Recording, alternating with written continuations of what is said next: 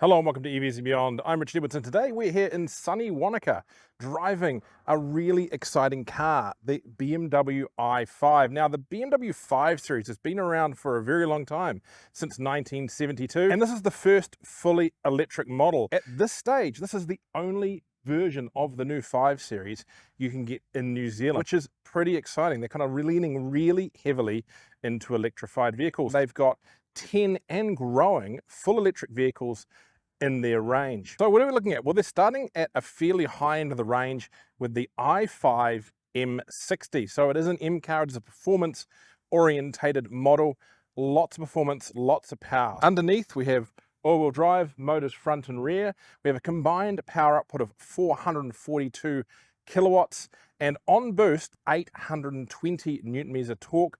You've got a 0 to 100 time of 3.8 seconds, pretty much up there with the best in the electric vehicle space. But that's saying something when you're talking about this being a full-on large 5-person sedan. It doesn't come cheap, but I think the pricing is actually not bad for what you're getting. You're looking at about $197,000 for the i5 in the specification, though most people are going to add on the M Sport Pro package. I hope I've got that right. I think you're looking at about $4,000. You get things like carbon fiber caps for the mirrors and trim around the sides, more sporty trims inside. It really makes for, I think, the complete BMW package.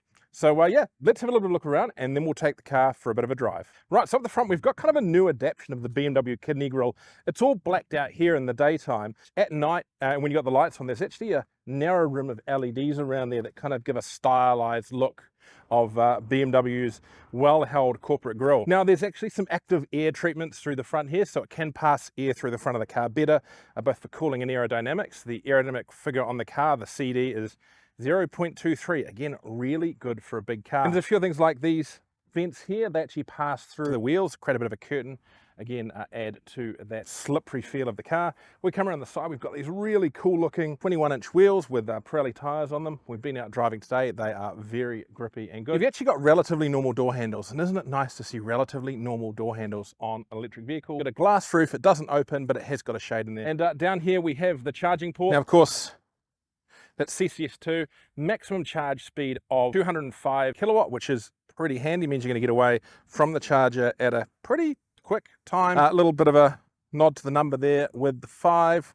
And if we come around the back, a little bit of a subtle carbon fiber spoiler, nice little addition there, and a really sporty air dome on the back, and no tailpipes, so that's nice as well. Here's the advantage of a big sedan. You've got a really big boot here. You've got some charging gear and stuff underneath. I haven't checked out if there's a frunk. I'll have a little bit of a look and put a shot in if there is, and if not, well, you know my feelings on not having frunks. Let's go have a look inside. So what is the i5 like to drive? Well, I'm talking from the passenger seat now, but I have driven it a fair bit today through the roads around Queenstown and Wanaka, and really impressive. Now, with that performance, I mentioned those power outputs in that 3.8 second 0 to 100 time. It feels quick, but I think because of the size and heft of the car, it doesn't feel what I would call brutal. It feels really much in balance with what a car like this should feel. Steering is really nice and engaging, as you expect with a BMW. I would like it to be a little more rear balanced. It feels very balanced, but sometimes with a car like this, I think you just want a little bit more rear wheel bias, and you certainly would get that with a petrol equivalent of this vehicle, I suspect. For the electric one, I think with the spread of the weight from the battery and the motors and how they've chosen to deliver that using software, you've ended up with what is a very balanced car when you just want it to be a little bit the other way. The adaptive regeneration works really well, or you've got the option to put on it on full regeneration as well. The driver assist features, they work pretty darn good. Not talking Tesla level here, but also without some of the quirks too. They'll definitely keep you on the straight and narrow on a highway. The test cars we've had today have had a few software quirks.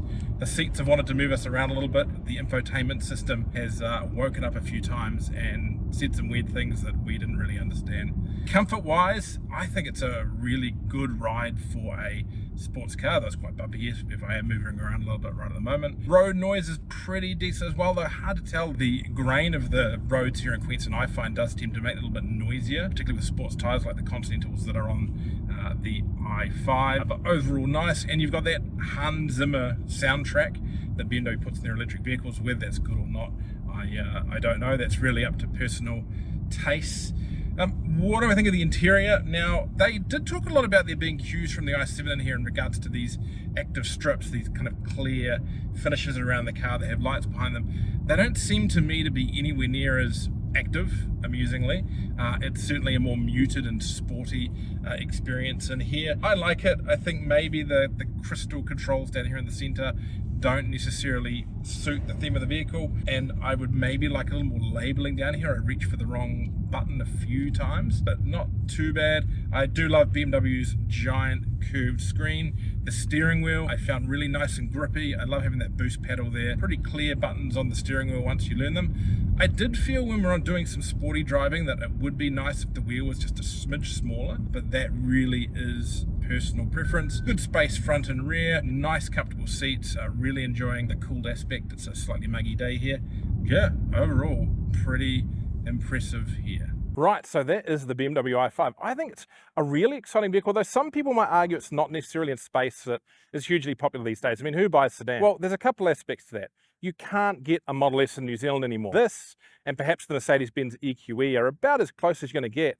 And I think this is probably the top of the market, unless you can afford to go up to the BMW i7, which, as everyone knows, I think is fantastic. Now, the other aspect of this is, if you want something that is a little different than sedan, a little more exciting, there's actually a station wagon version, one of these. Now, they're only telling us so far that that car is under consideration, but I think a station wagon i5 would be pretty cool and something really different. Thanks so much for watching. Don't forget, like and subscribe for more. And if you want to read stories from us or subscribe to our newsletter for free, go to evsandbeyond.co.nz.